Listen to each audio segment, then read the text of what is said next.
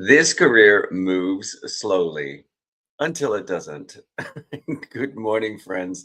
This is the daily, the morning report from the Working Actor NYC. Thanks for joining me. It's Friday. Weekend's almost here, y'all. But today I have some things to tell you. So, over here at the Working Actor NYC, we always say that building a successful and sustainable career takes time and can move slowly. And then all of a sudden it takes off like a rocket and you're like, "Oh, wait, okay, great. We're moving, and now we're moving." That was kind of my day yesterday. Uh, Good morning, friends. This is the daily, the morning report from the Working Actor NYC. Hey, Laura, I see you. Good to see you. Thanks for coming back. So, yeah, you never know which audition is gonna come back around. So yesterday I booked a job. I have a day of shooting next week for an industrial, and the audition for the audition that I submitted was submitted during the pandemic. So it was an audition from 6 years ago, and I have a day of shooting next week for that job. So this is an industrial for a class 6 years. Isn't that crazy? And all they needed me to do was submit a an updated slate to make sure that I kind of looked the same as I did 6 years ago. So, very grateful. Also, you never know. Also, who's keeping my audition videos for 6 years? Isn't that something? So, yeah, I just had to submit a general slate, and I will say I didn't even have to crack open my backdrop. My Didn't have to set up a shoot at all to do the slate because I had over last weekend I had created a sort of general slate that I could use in any circumstance for a sort of like a go-see for a casting director that I had met, and she said, "Oh, would you, submit a, a, a self-tape, any self-tape?" There was no job at stake, but it's just, but we had met. She wanted to see my work, so I submitted a self-tape. I created a self-tape for her of a job that I had done on Elspeth, and for that tape, I created a general slate, and it's something that I can use again and again as long as I keep my mustache. I guess as long as I keep my mustache and say, "Yeah, I'm willing to shave." But anyway, that was the first thing that turned on a dime. And then the other thing that turned on a dime yesterday was that my agent, my commercial agent, messaged me at 9:15 in the morning and asked me to, told me that he had a voiceover audition for me for a national commercial campaign. So a nice, big, sexy job. But it always fascinates me that these important, big, sexy jobs have a 24-hour turnaround.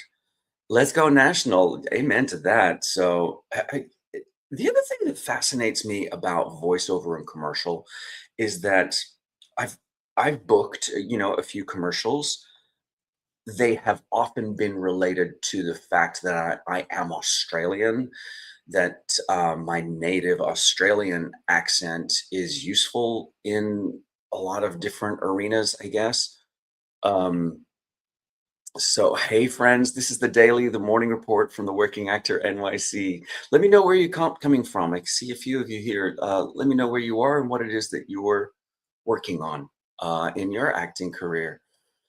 Um, yeah, so it's interesting the way I got my commercial agent. I was doing an off-Broadway show here in New York City called The View Upstairs, and it ran for 5 months, 6 months.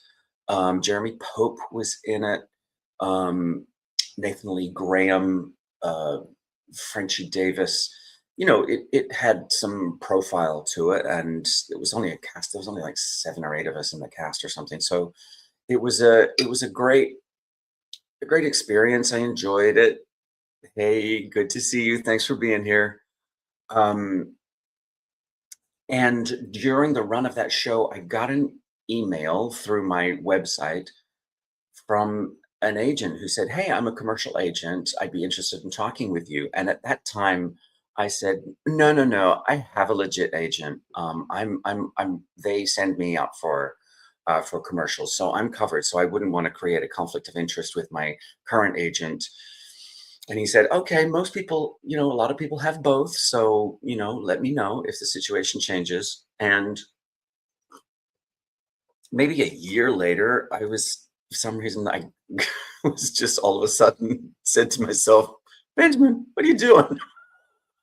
You don't get that many commercial auditions from your legit agent." And so I checked in with my legit agent, and sure enough, they said, "Oh, yeah, lots of people have both." So I was like, "Oh, great." So I reached back out to this commercial agent, and thankfully, he was still interested. Turns out Doug Keston is his name, and it turns out he was like vice president of Paradigm. Here am I saying no thank you to this commercial agent. Turns out he's like one of the industry bigwigs. "Benjamin, check yourself." But I went in to meet him. This is back when he was still with Paradigm. Since then, he's moved through. He's now with a different agent. He's now the New York office. Him and Tracy Goldblum are now the New York office of BBR, which is a big Los Angeles talent agency. But they are the commercial arm in New York of BBR. And so he's fantastic. He's very supportive, and he goes to see everything. Like, if you want to know what's on in New York City, ask Doug Keston. He's uh, he's been fantastic for me, and he's very supportive. And the thing I appreciate is that obviously I'm useful to him because I do have native Australian accent. Also, my family is British, so I have a lot of facility with British accents.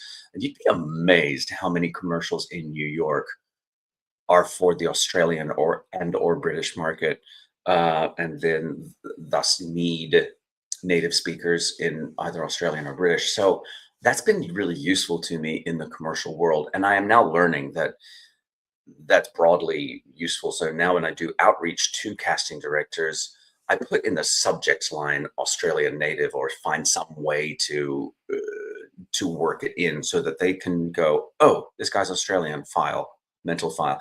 Casting directors have mental file. They also have email archives that they dig back through when they do need an Australian speaker. So all of that to say, I've been working with Doug for a number of years, but it's not, I think, sorry, for those of you on YouTube and Facebook, Laura is fluent in ASL, and she has a commercial callback in ASL. Should I be marketing ASL is the question. I say yes. uh,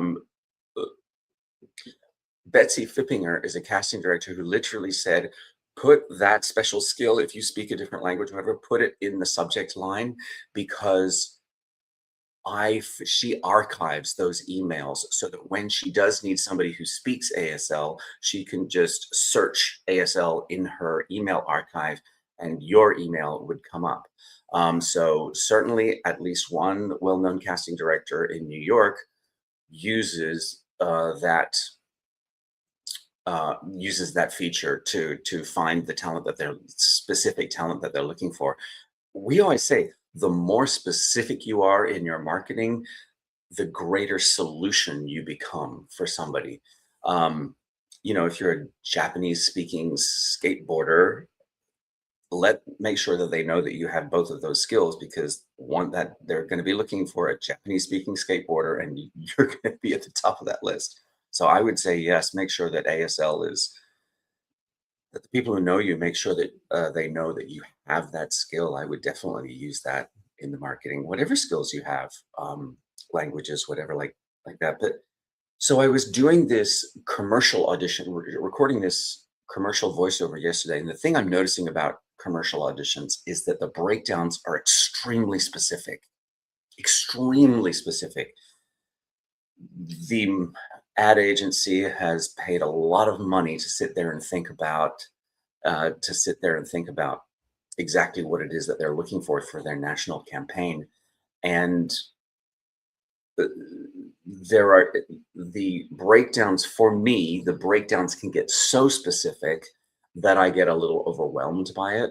So what I'm learning to do is to just identify the two or three things that really speak to me and play to that. But it's also telling me that this is an area of my career that I haven't specifically trained for. I don't think I've taken a class in auditioning for commercials or voiceover since I've moved to New York. I remember doing some back in the very early days, but I have a feeling that there are skills there that I could invest some time into. And what I'm learning is that now is the time to do that because I am going to have to start taking out of town work later in the year. I'm very fortunate. I feel very lucky that I've been able to build my life in such a way that I can take 6 months off from my regional bread and butter gigs in order to stay in New York City and build this momentum around TV and film and commercial and voiceover, which requires you just being here because things turn like that, like they did yesterday. I didn't even audition, and I now have a shoot on Monday. And 24-hour turnaround on a commercial audition. So I've got to have everything ready to go. um Things can happen so quickly on in which fascinates me that it always happens so quickly. I'm very grateful that I've been able to build my life in such a way that I can go with that flow. um Having said that, the time will come when I'm going to need to take some out of town work so that I can build up my equity weeks to get my health insurance. And I'm going to have to, head out of town for 8, 12 weeks, however long it is. So the time to take class is right now. Um, Speaking of being ready to go, I'm very excited because today I am going to be building my voiceover studio.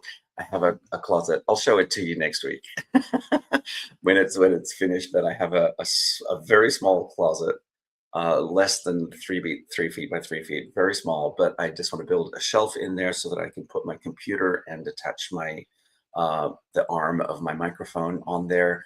I have a light that I'm going to install. There's a shelf above, and I also have to build some panels, some acoustic panels. So I've got to remember, got to get over to the lumber supply to get the lumber to build the frames. So that's what I'm working on today. Thank you for joining me. I will be back. Oh, tomorrow. Tomorrow is we are shooting our live podcast, 1 p.m. Eastern, 10 a.m. Pacific. Stop by and ask your questions to me and Patrick Richwood. We'll be shooting the Working Actor NYC podcast live. So come and join us for that on whatever platform you happen to be. Thanks for being here. And I will see you on Monday at 8 a.m. for the next daily, the morning report from the Working Actor NYC. Wherever you are, whatever you're working on, remember you got this. Keep going.